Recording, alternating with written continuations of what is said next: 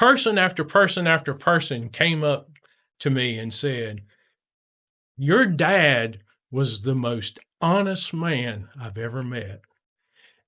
And I tell you, that has always been my goal in life, is at my funeral, I want people to walk up to my family and say, Andy Hubbard was the most honest man I have ever met. You're listening to the Good for Business podcast, where we feature interviews, tips, and tricks from owners, operators, and innovators throughout Mississippi and around the world. And now, your host, Colin Krieger. Hey guys, welcome this week to the show. My guest today is Andy Hubbard from AHI Insurance.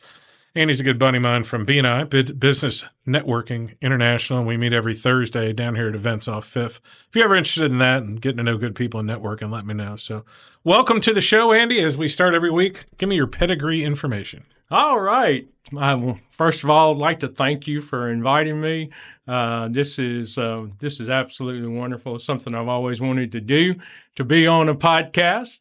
And I was born in Columbus, in the hospital at Columbus Air Force Base. And not a lot of people can say that here. I was educated in the Columbus Public Schools, graduated from Lee High School, and I have a wife, Cheryl, of 26 years, and I have a daughter, Ella, 16, and that's who I am. There you go. My favorite question to ask is how we start. What's the origin story? I want to know the origin story of 7'5" tall Andy Hubbard strolling around Mississippi when he was a baby. Yeah, so I was very fortunate. I had some really good parents. Some of the things that I found out about my parents, I didn't realize how great it was at the time. But my dad was actually a World War II veteran. And he served in the Air Force for 20 years. And at that same time, my mom was a women's ordnance worker. They called them WOW. And so, they're not as popular as Rosie the Riveter. Yeah. But, she worked at Prairie, Mississippi in an ordnance factory, building bombs for the war effort. And she was 16 years old. She lied about her age and, had that really strong work ethic from the very beginning. My parents had Hubbard's Appliance Service, and little Andy, starting about 10 years old, started carrying a toolbox and holding a light for my dad. Where was their office located, and where did y'all live? Yeah, so originally it was on Waterworks Road. We lived in a house on 23rd Street, and we faced 23rd Street. The shop was on Waterworks Road, and years later, they moved the shop over on Military, close to where the health department used to be. And so he was there until his retirement. There you go. And so were you wrenching on air conditioners and refrigerators when you were a kid? I wasn't good at it, but I sure did give it a try. But yes, so, back in that day, window units were the thing. And every summer I was helping do that. And so we would go and we would get an air conditioner that wasn't working. We would normally, it seemed like the fan motors went out a lot. And so we would take it and we would wash it, clean it all out. And then we would put a new fan motor in it, wire it up, get it cooling, put it back in the window. And my dad would say, come on, son, it's time to go. And I'm like, Dad, can we just stay here a few more minutes and make sure it cools? So, so very early on, we started, I started working and doing things for him. What was your first job outside of working for the family? K-Mart. Really? Oh, yeah. Oh, that was one of my first jobs. I was a greeter at K-Mart and worked in the lawn and garden section in Metairie, Louisiana as a kid. And I used to go up to the microphone all the time and get in trouble and say, Conan the Barbarian to the garden shop, Conan the Barbarian. to the garden shop. And as long as you said it with the right cadence, you were fine. Yeah, Did yeah. y'all, now the K-Mart here, I wasn't familiar. Yeah. Is it K-Mart on 45? Yeah, it was originally where I think what is that? Is it Goodies? Is it Old Navy? Old Navy. Where Oh, Old okay. Navy So that's where that's the original K. And it was, attention Kmart shoppers, the time is now 8:45 and Kmart will be closing in 15 minutes. At this time, please begin making your final selections and come to the front. Checkout says Kmart will close promptly at 9 p.m. We'd like to remind you of our regular Kmart store hours are from 9 a.m. to 9 p.m. Monday through Saturday. And as always, thank you for shopping our Kmart. My wife is going to get a kick out of that. Before we met, we worked together at Kmart a couple years before we met at Papa John's. Now, did they have the food, the restaurant in the front? It was in the back. It was in the back? Did it have, Yeah. I used to go get like it was like stewed meat over rice with green beans and stuff. That's my favorite place to eat. Yeah, they Home had cooking great at food. Kmart. So Yeah. if anybody's watching, if I could go to Walmart and have anything other than Subway, that would be good. I'll talk to my friends at Sunflower Grocery Store. Maybe they can do that. In East Columbus. And they need to put a few chairs in there so we can sit and eat. Yeah, I want to hang out in a grocery store. That's what I need to do. My wife tends to do that when she goes over to I call it the Starbucks that happens to have a Kroger. It's supposed to be a Kroger that happens to have a Starbucks over in Starkville. But I think people have missed, other than a lot of the mentally challenged people miss hanging out in grocery stores for hours on end. Oh, yeah. So what did you do at Kmart mainly? Yeah, so I started out, I was just a stockman. I emptied the garbage and put out toilet paper and diapers. And I was there a few years or maybe a year or so. And they gave me an opportunity to sell appliances in the appliance department. So that was my first job that had any commission based into it. And one Christmas, my commission was larger than my paycheck, and I decided sales is what I wanted to do. It's a good way how you stumble into that to find out what you want to do. Of course, the scary part about sales is when it slows down. But when it isn't slow, it's an exceptional business to be in. Feast or famine. Yeah, and you learn a lot when you're scrounging for business or have a slow month or something. And like for me, I double down on education and stuff. It's a lot easier these days with YouTube, and I know you're a podcast listener, that you can always be learning instead of always be selling. That's right. We'll trademark that. Always be learning, ABL. So after Kmart and selling appliances there, what was the next step? Yeah, so I finally got a job working at United Technologies, and that was a local factory that was here. We made fractional horsepower motors, and after working there for about 5 years, getting laid off repeatedly, I decided it was time to go back to school and try to finish my education. And where'd you go to school? Well, immediately out of high school, I went to the W.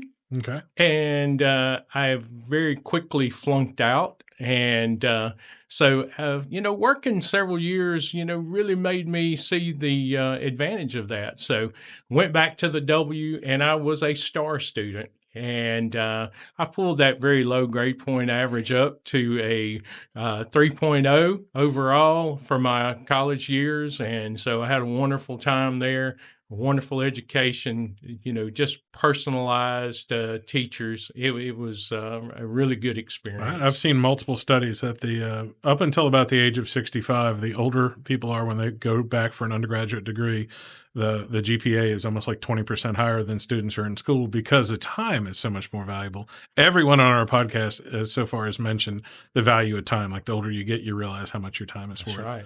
So, and when I was at United Technologies, we worked 6 or 7 days a week, every week. And when I left there and started going to school, I was like on vacation every day. So hey, put in a few hours of studying, and I was a superstar. My daughter Allison's going to Ole Miss this year, and her schedule and she's in an honors type college, the International School for Business or whatever, and her schedule's 10 to 2 every day. And for her first reaction is she's so excited because she's like, I can get 2 full-time jobs. I'm like, you got to calm down because you also have to pass school. But that's what she's like, wow, that's like I could work 6 hours before class or, 4 hours, get a morning job and an afternoon job. And it's like it hadn't been like that. I don't remember college only being 3 hours a day, but no. Bless her heart, she's going to be awesome at that. So what's the next step after that? Yeah, so after I graduated from the W, I went to work for a computer store. So I sold software and hardware. We had a lot of government contracts. And so that was my first real professional job. And, I had done a lot of things, but I didn't have the polished professionalism. Not that I'm polished now, but you would see how rough I was. So, sold those for 6 years. I'd like to interject real quick. For those people under 30 watching at home, we used to have stores where you bought computers and stuff. Now we have stores. Our friend operates a store, the IT help store, that fixes computers. But I think most people under 30 probably have, I don't know if there's still stores that you can just go buy a desktop at. That's right. Other than like Walmart. So, and Walmart's not local, so we're not going to say that word again. All right, so continue. Yes. So while I was there, I had an insurance agent. His name was Lee, and Lee came to see me one day, and I said, "Lee, I want to do what you do." He said, "What?" I said, "I want to sell insurance." And I had tried unsuccessfully a couple of times to get a job working for an insurance agency or insurance company. And so, but Lee looked at me and he said, "Andy, I'm going to get you in the industry. I'm going to help you." So back then, you had to have somebody sponsor you. So he sponsored me to get my license and for going through my schooling. And so once I got that done, I got an opportunity to go to work for one of the statewide insurance companies, and I spent 15 years there. What year did you start in insurance? 2002. Perfect timing. Everything's been easy and wonderful since then in insurance. Oh, man. Can you speak about how that challenge of working for somebody else in the insurance business led you to work for yourself? Yeah, when you work for a company that kind of dictates what you have to sell and how you have to sell it, and at this particular company only had one product. You could sell their product or you could not sell. And so I would lose business to independent agents because they could shop a variety of different companies. And I just knew at that point that one day I wanted to be an independent agent. And what year did you make that jump? That was in 2017. Okay, so almost the whole time I've known you. I knew I met your wife, Cheryl, right when Cheryl started talking about people jumping into careers. I make these, tell these stories often. The great folks, Chris and Mike Davis, who bought Remax here in Columbus, they just jumped in about 17 years ago. So right before the crash in 2008, they bought it. And I think one of Cheryl's first couple months on the job at Lion Hills, a young man saved my daughter's life in the pool. That she was almost drowning, and he resuscitated the whole thing. And it's sort of like, hey, a lot of businesses you jump into or jobs sometimes have this chaos thrown at you. Obviously, since late 2019, early 2020, there's been chaos in the world and in insurance.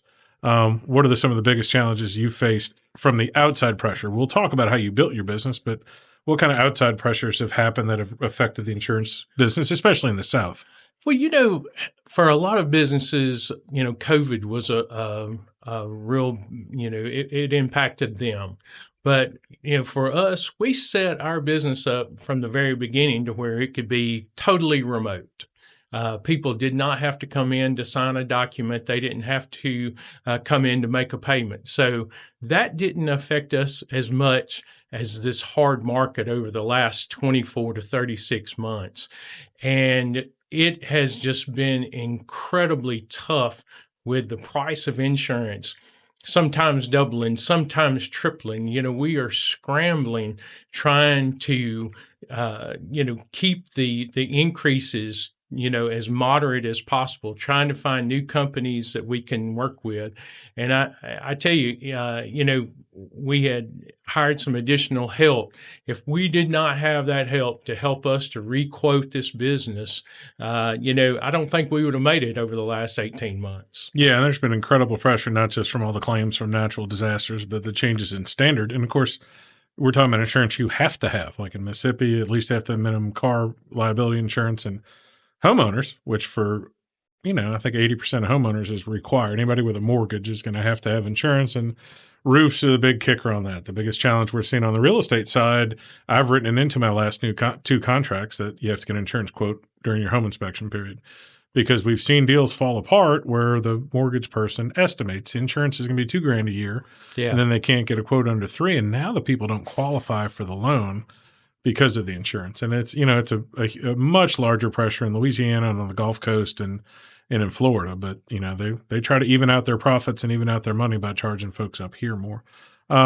First week. So take yourself back to your first couple weeks or the discussion with Cheryl that you're going to go out on your own. I imagine, like everyone listening, you had a pile of millions of dollars that you've inherited and money in the bank and no worries in the world to go on this endeavor. Or was there just a little bit of stress as you opened your door to your office the first day and waited for somebody to call or somebody to walk in?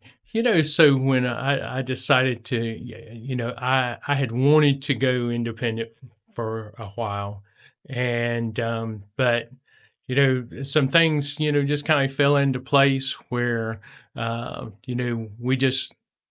knew that we had to make a change, and we didn't know exactly what we were going to do, but we knew we had to make a change.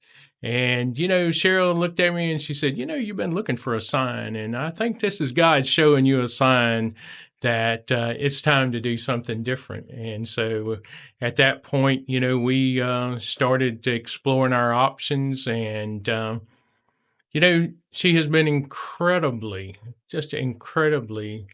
supportive of me and my crazy decisions.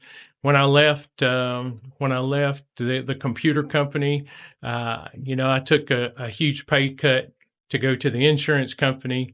But, that ended up being successful. But then I had to take another, a lot of people in insurance say, I started my agency less than scratch. I mean, It was zero income coming in. And so, it was a huge, I started clipping coupons and, going to Kroger and buying, what was on sale. And, we really, had to, try to conserve and make some really good decisions. Thank goodness, we didn't have tons of money put back, but we didn't have tons of debt. We had tried to be very conservative on that. And so, it was tough, but I tell you, we made it through, and best decision I ever made. One of the hardest parts, and I've asked a few people on the podcast about it, is that, that literal moment. Now, God bless my poor wife, Desiree, the times that I have said, I'm leaving Papa John's to buy a crazy newspaper, or I'm leaving a crazy newspaper to go into real estate. We honestly didn't talk about it for hours and make a plan. It was, I kind of mentioned on the way to going to bed, and she had great faith in me. And did you lay out a whole business plan, or is it just you had talked about it so many times that you're like, I'm doing this tomorrow? Yeah, we really did. You didn't really talk about it enough. We didn't really talk about it. In hindsight, it was a little crazy. We didn't have a plan. I just had confidence in myself that, I knew how to take care of people. I knew insurance. I knew I could be successful. And, I just started from home. So I had some really good mentors that, really led me in the way of the technology and stuff that I needed. I started from home. I moved to a little one-room office in Brickerton. Then I moved to a smaller office at Rental Space. And then I moved into a bigger office in Rental Space. And so, it's it's a little bit funny because, we've done it a little bit just by the seat of our britches. Yeah. Well, that's how most entrepreneurs end up that way.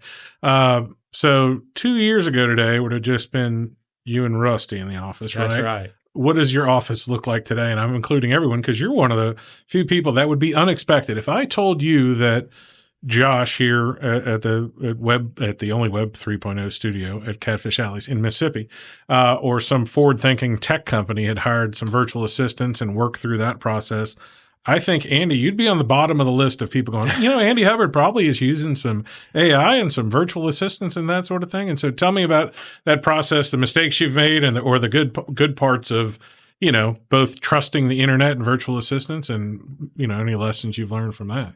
Yeah. So, it was just me and Rusty for a long time.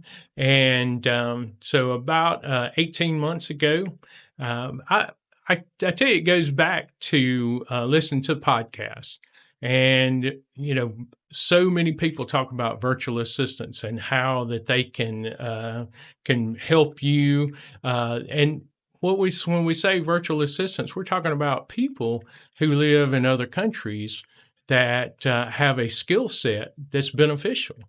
And so my first go around, I did try it before, and I had some people that I hired from Pakistan, and that just did not work out. The quality of work and the work ethic was not there.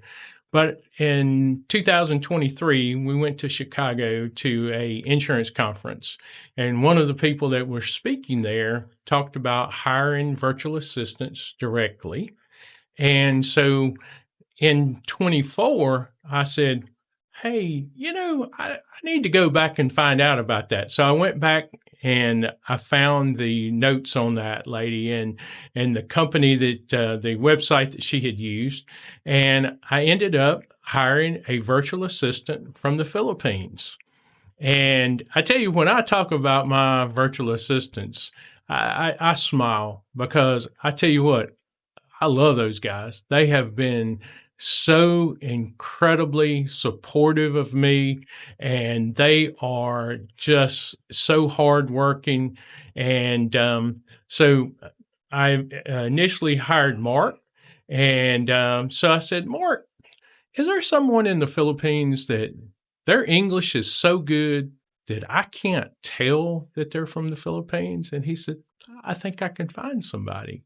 And so he found Evangeline, and Evangeline answers my telephone calls, and she routes the calls. She takes information. She does all of my social media. Mark is very, very technical. He's worked for other insurance companies in the United States, so he knows how to quote, how to rate, all of those things. And so it's just been fabulous. And the most recent addition is my wife, Cheryl, who she joined the agency after retiring from East Mississippi Community College. Yep, and it's been great. And as full disclosure, I think I have maybe 7 policies with you between rentals and my car insurance and stuff. And what I like is that I can still bother Andy. And it's a very quick text, and Andy asks somebody else to get the answer, and I get the answer even quicker and more efficiently. And from a business owner standpoint, if you can have the courage to learn to do those sort of things, like I've let go of some things of creative control, like on this podcast. I've told Josh and Braden, the crew here at Catfish Alley Studios, like, I just want it ready. I need it gone. We need to put it up. Being able to let go of that stuff gives you more time to build your business. It's not just about work-life balance. Like, the more business you do that, the more business you get in, the more tax dollars are created that stay in Lowndes County. So some people are defensive when they hear like out of country work and stuff, but you probably got rid of the biggest objection, is having somebody who speaks in our dialect or relatively good English. Because a lot of people do have that frustration or objection to that because they think that they're not dealing with somebody local. And that's right. That's what I love about y'all. And plus, y'all reinvest in the community in other ways. And the bigger your business gets, the better it's going to be for everybody. So. That's right. And, it is, the more that we're able to grow, the more people we're going to be able to hire here in our local office. What I'm looking for, in maybe 26 is hiring another producer. And so that I can work more on the business and try to look at strategic moves that we can make with software, with AI, and things that we're not currently using. There's tons of great stuff out there, but it takes time to search through them, implement them. And, if I'm in the middle of the fire all day long selling policies and servicing policies, I just don't have that time to do that. Yeah, and I think, as everybody navigates through AI, and I say this often, that took 10 years for Columbus to get a Starbucks. So it's going to take Mississippi and a lot of the Gulf South and most of the United States. It's going to take a longer than people think for a lot of this stuff. But the last people standing will be face-to-face sales. Because at a certain point, if everything is automated, food, everything in your life is automated, then when you start writing bigger and bigger checks or covering yourself personally, you're going to want to talk to a human being Because once you get over, like right now, if 10 to 15% of industries have a high level of automation, when that number gets more to close to 60 or 70%, which it probably will, then it's probably going to flip over where people are going to be like, well, it's going to be a lot easier if I could just call somebody. And I can tell you that at the end of the day, for insurance, finance, and real estate, most people want to talk to somebody in person. That's right. I mean, because, a computer cannot know your individual need. It can look at a lot of different, factors. It can make all kinds of different suggestions. But when in the end, it doesn't really know who Colin Krieger is. It doesn't know, what his goal is in life and what his risk tolerance is. It can't know those things unless we, have a face-to-face talk, and when I say face-to-face, that can be text. Text works absolutely great. Someone can text me something. I got one of my clients text me over the weekend. And so when I got in today, I see his text message. Actually, I saw it over the weekend, but this morning I just took it and sent it to Mark. I said, hey, Mark, he said, go ahead and add that car. So Mark is adding that car right now. Yeah. And so, text works good. Email works good. And, but we use all of that. Well, I tell people, like, you do have to do some of this stuff in real life. There's a lot of people right now who are trying to avoid work because they think it's cool. Like, they're trying to use some things just so they don't have to do anything ever. And it's sort of like, I think I told you about starting this podcast. Like, this is just as good as going to lunch. Yeah. We don't need to eat, but you can have the discussion. You learn it. We have a thing in our BNI networking group, which is 1-to-1s, which is meeting for an hour and talking about business. And you and I talk about like personal growth on podcast a lot. So, as far as competition, not local competition, because we like all our local people, but are there bigger companies in the industry or people trying to just edge into markets, that with the argument that you just go online and press a button and you're going to be covered? Yeah. There are a lot of companies that, have really tried to come on and say, we're just going to be completely direct to consumer. But time after time after time, you're seeing these people are, they are actually appointing independent agents to represent them. And the latest in the that I have seen is Geico. In Mississippi, Geico is appointing some agents. Of course, Progressive has agents. And so I think that people do see that need to have that one-to-one interaction. That's the way I say it is anybody can go and buy a policy. Yeah. Buying a policy is the easy part. But what happens when you have that claim? And you pick up the phone and that person really doesn't care who you are, how many policies you have with the company, they're going to give you that flat. But I tell you, you pick up the phone and you call a local agent and you're saying, I'm having trouble with this claim. Can you help me?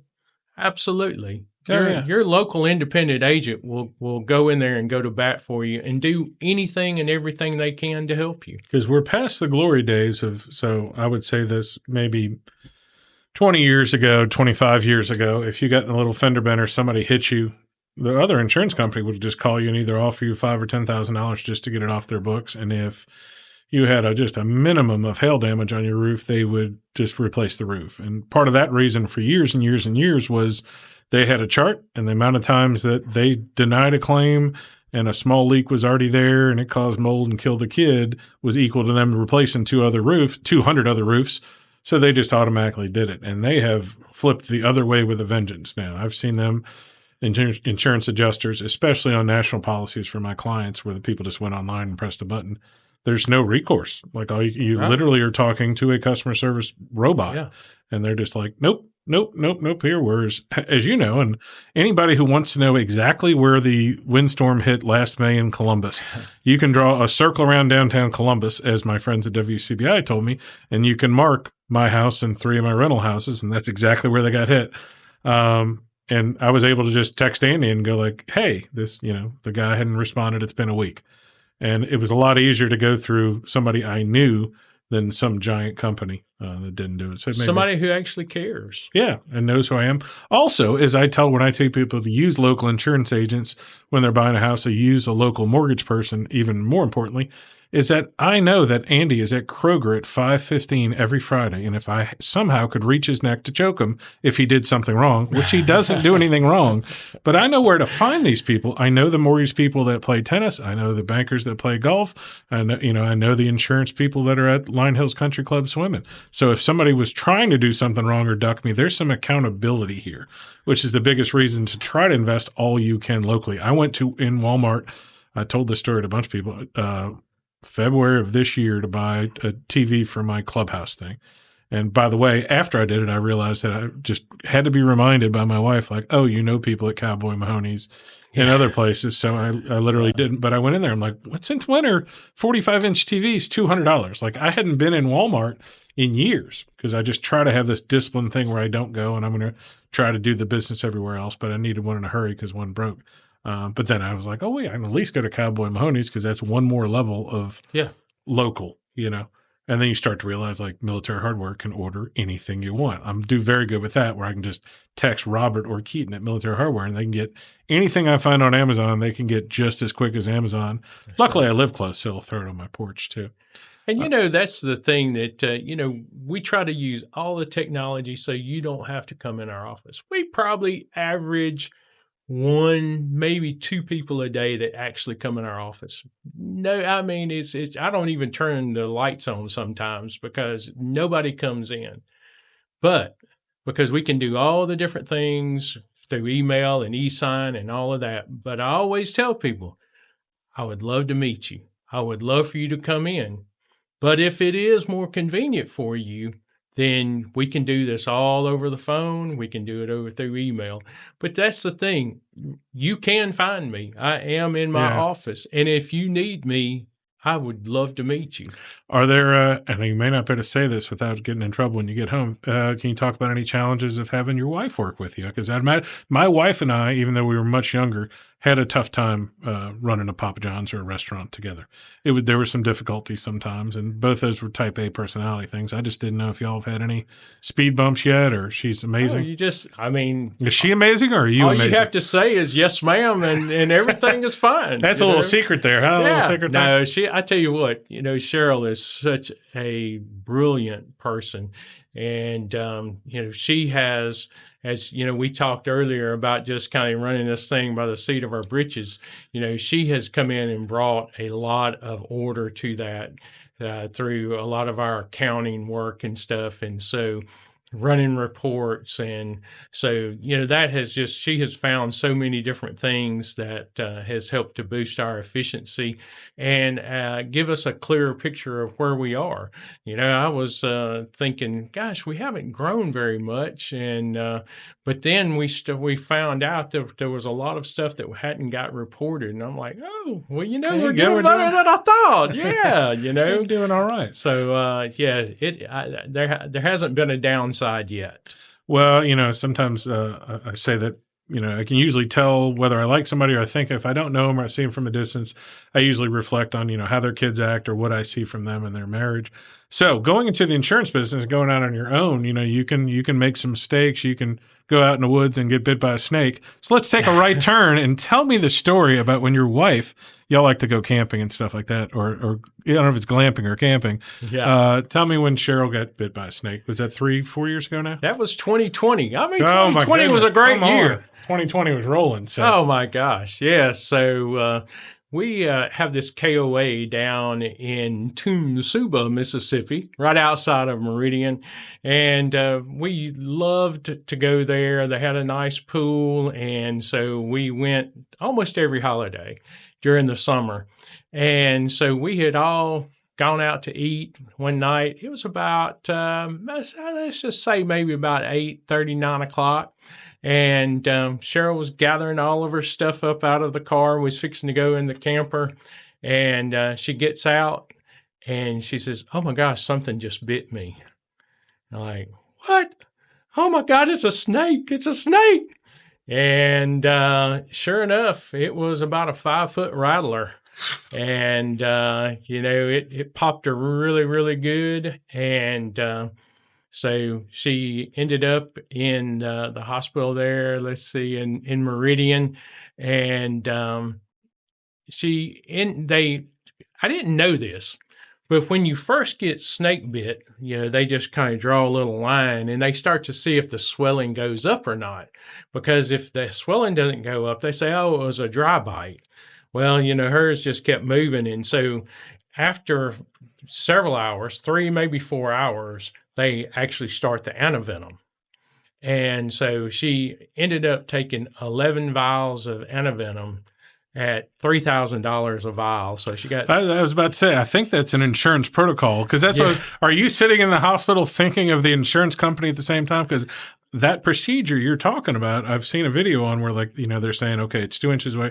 Like, much like a lot of modern medical practices is just like why they don't do MRIs. You do an x-ray before every MRI. My wife's had like 60 MRIs. They always do an x-ray. And we're like, we know what's wrong. Yeah. But they literally don't want to spend the money on the vial of antivenom unless you really have it. And right. I know there's some downsides too to getting antivenom if you're not poisoned. So is that a heart-wrenching procedure? Was she hurting otherwise? She was, I guess, more scared than anything, and ended up that her leg had swollen so much they had to go in and do surgery and open it up, put a vac in to draw the swelling out. She had her foot opened up, to keep it from bursting open. She spent several days in intensive care, and came home with a wound vac, and it was really a traumatic thing. And she can't really watch the Discovery Channel anymore. Well, I know this doesn't seem like it has to do with business, but if you're talking about marriage and family and business, like, what is the amount of time between she gets bit to when both of you stop thinking, oh my God, she could die? Because y'all have gone through health challenges. My wife's been through them. Like, you have those moments when you're like waiting for the diagnosis. Is there a certain amount of time, like from the camper till the hospital, or do you? Yeah, I had a friend, Alan Ming, that drove us to the hospital. And we did find out that his van topped out about 115. And so off the record to your insurance, your auto, if your auto home insurance is listening to this, that's a non-libelous statement. And so it's his van, you don't care. Yeah. It was an emergency. We had it on the flashers. Yeah, everything's fine. That makes it okay. But so we got there, and it was COVID. COVID was going on, and so they didn't have any rooms. They put her in a COVID room in the emergency room, and so I kept trying to get back there, and they were supposed to give me updates, and finally, I just, kind of demanded to go back there. Well, if you get COVID, I'm like, who cares? I need to be back there with my wife. She's crying. She said, I didn't know where you were. And I'm like, they wouldn't let me back here. And I just was able to covertly sneak into the hospital every day. And I went into intensive care. And I did not look anybody in the eye. I just walked by them, and I went back in her room and pulled the curtain shut. Yeah. And I was very, very quiet. So. In fact, in business and life, most of the key to success is to act like you know what you're doing. Act like you belong. Yeah. Don't ask. Did you happen to grab the snake? I know some people have that theory that you're supposed to grab and kill the snake to bring it with you. I'm assuming you did not grab the snake and bring it with you, did you? No. Okay. They did kill the snake. I do have a picture of it. Okay. But I thought that one of my buddies would have saved a rattler or something for me. I mean, can you believe they didn't save They that? didn't kill it for you? Yeah. They killed it, but, they let somebody else have that. So, yeah, I didn't know. That's a theory with some people. I think the best you can do is take a picture of the snake and bring it with you, because there's only a couple different types of venom, from what I understand. Yeah. So, man, I tell you, it's, it could have, they had never seen a snake there before. The ground was just, you think campground, you think, oh, the grass was a foot deep. No, I mean, it's completely clean, never seen one before. They've never seen one since. But COVID was a weird time for everybody. I guess the snake wasn't wearing a mask. It was not. That's probably the biggest challenge with it. So. Yeah. So as far as your business in Columbus, so you're fixing appliances, then you're selling appliances, and you're working for somebody else's insurance. With your insurance company now, can you talk about how it's grown? Like, what did you do intentional things to have it grown other than joining B&I, where they're running ads everywhere? I know we've seen little signs for Andy Hubbard for the flood insurance all over the state of Mississippi, correct? That's right. So what were I thought that was ingenious. I don't think anybody else is putting out little signs in other parts of the state. So where do those kind of concepts come from? So yeah, I don't really know where that started, but we had, even from my previous days, I love writing flood insurance. And so now private flood insurance that is not written through FEMA is just wildly popular. And as a matter of fact, we just doubled down. We just got a new company last week. I spent about an hour on the phone with the CEO last Friday, trying to tweak some of his websites. And so what we're trying to get is something so any kind of a real estate professional, mortgage lender, or just somebody who's buying a home that could be in the flood zone can look and go to my website. There's a link on my website, and you can click on it, go through there, and you can get an indication on, is the house in the flood zone? What's the cost to buy flood insurance for it? So if you're out there looking on Saturday or Sunday, you can be able to do that. So, but what I did was I made these signs, and I've got on Google Maps, and I started looking at the river, and I went all the way down to Demopolis. And anywhere on the river I saw some houses, I punched that address in, and we drove to that location and put signs up at the end of the road. So we have flood insurance in Bowlagee, Alabama, Gainesville. We have them in Pickensville, Aliceville, down all the way up to Fulton, all through Aberdeen. So we have people calling us, lenders, bankers and stuff from Tupelo, from all over, saying, hey, we hear you're the guy to go to for flood insurance. And we absolutely love to do that. And I do give a lot of that credit to just putting those signs out and letting people know what we do. Well, it gets back to doing stuff in real life. Like a lot of business people, or I've talked to kids who do stuff on social media, and they're like, I only got 15 likes. And I go back to Young Colin restaurant tour in 2021 in New Orleans.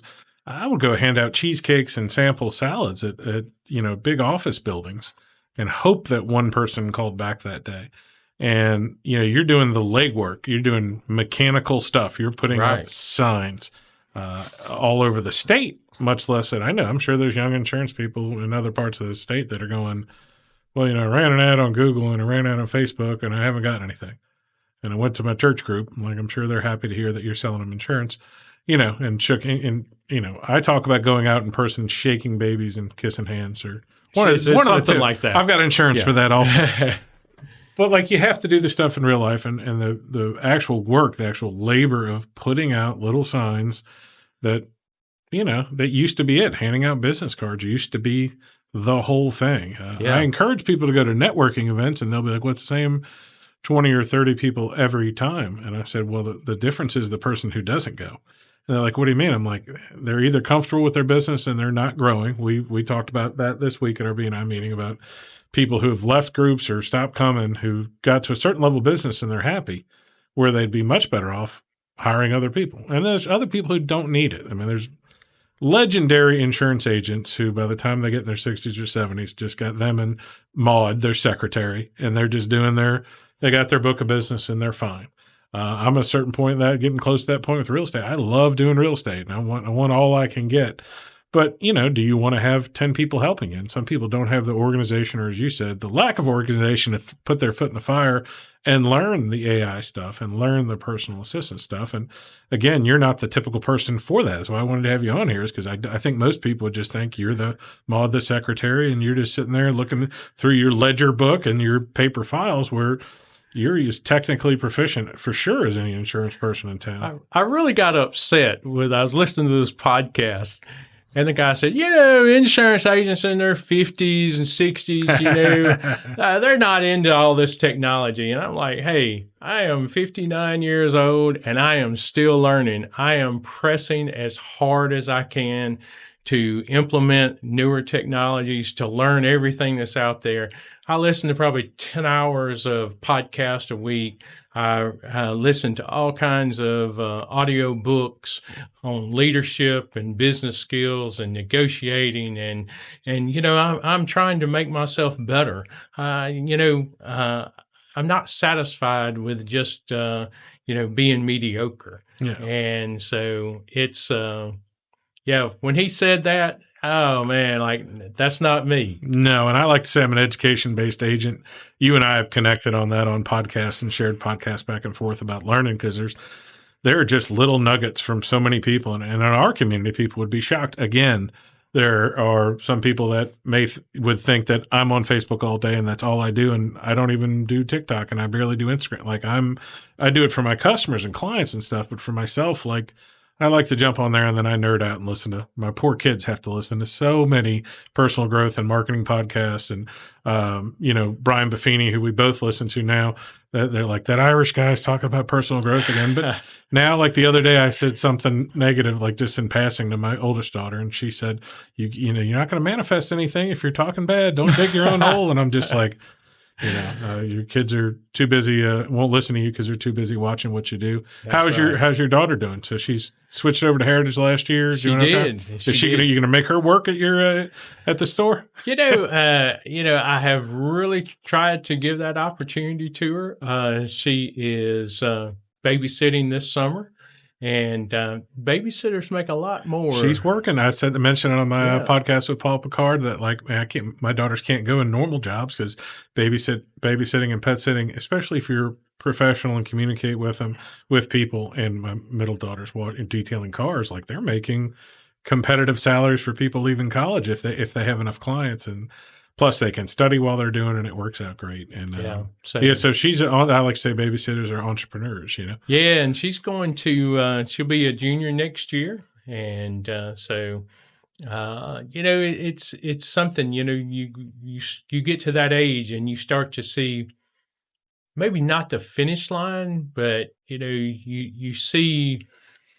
Hey, she's got 2 more years and she'll be out of high school. Yeah, you might have an empty nest or something. So. And they go so fast. Oh, no, we were fortunate at the same time in our lives, and my wife Desiree and I she had breast cancer, finished chemo, and then we finished chemo, we went to Disney World, and on the way back, we stopped at Buc-ee's and they're talking about COVID. We're like, oh, well, she can't go anywhere, and that was a nice break. I think you and I have talked about before about the people stopped then. They had some people like myself. I spent hundreds of hours learning about taxes for business and reevaluating insurance and reevaluating stuff. So it's rare that you get a time where the whole world stops.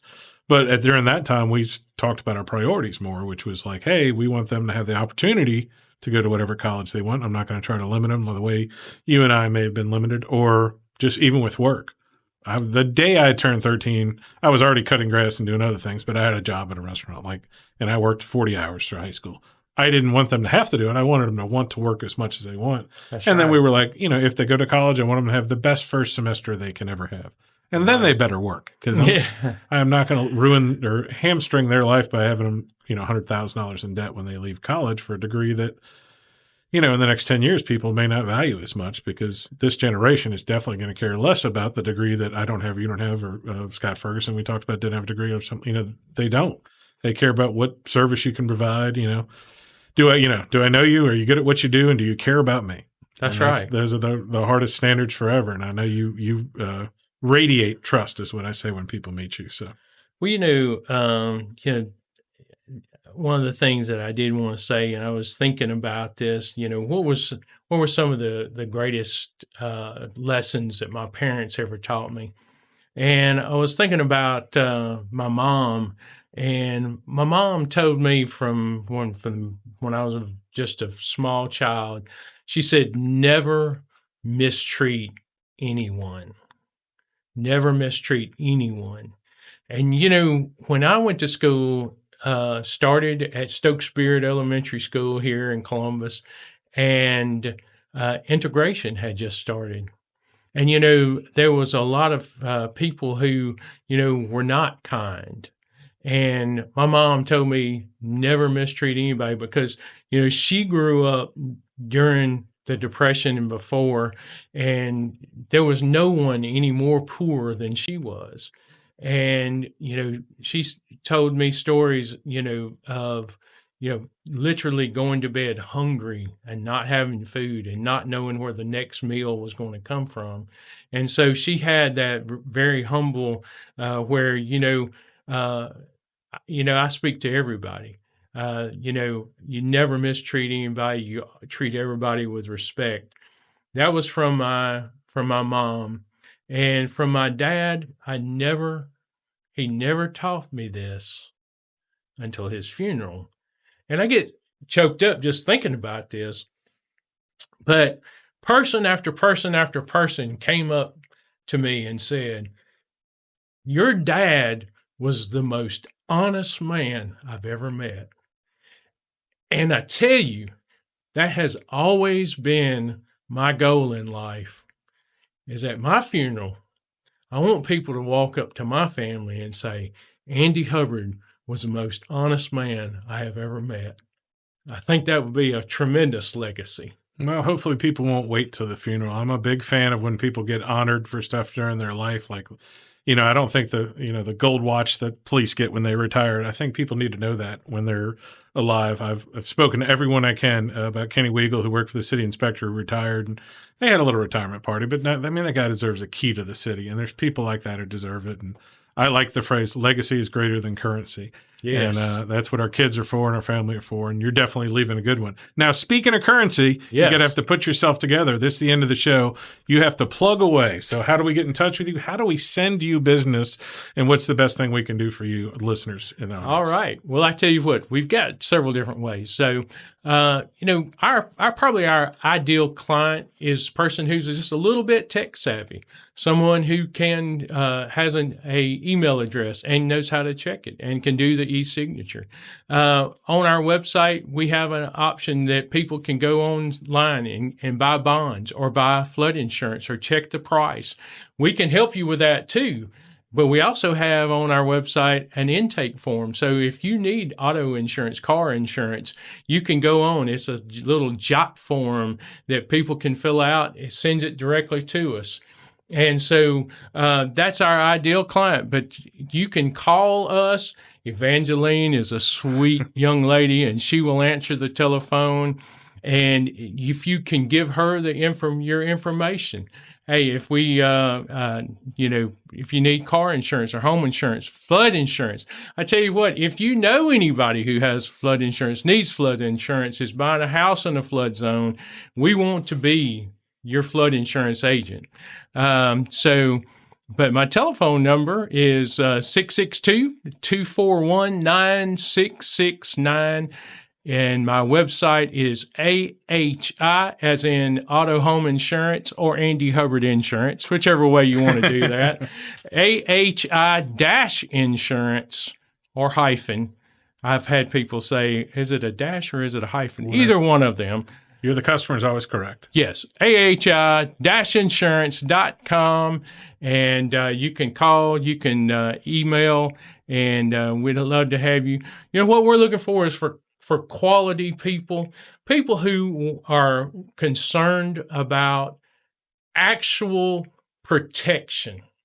We're all looking to get a good price. We all want to save money when we can, but we also want to give you the kind of coverage that's going to protect you in case something does happen. If you're out there and you happen to rear end somebody and total out your Ford Expedition, which my daughter continually reminds me that I totaled out our Ford Expedition. But, so you want to make sure that you have coverage that's going to take care of it. If you hurt somebody, if you kill somebody, we want people who want to take care of that. And so, just give us a call, go online, and we're going to do it. We're going to take care of you. Good deal. Thanks for coming today. If you're listening to the podcast, make sure you call AHI Insurance before you rear end that person right in front of you. Yes, not after. All right. Thanks a bunch. All right. Thank you.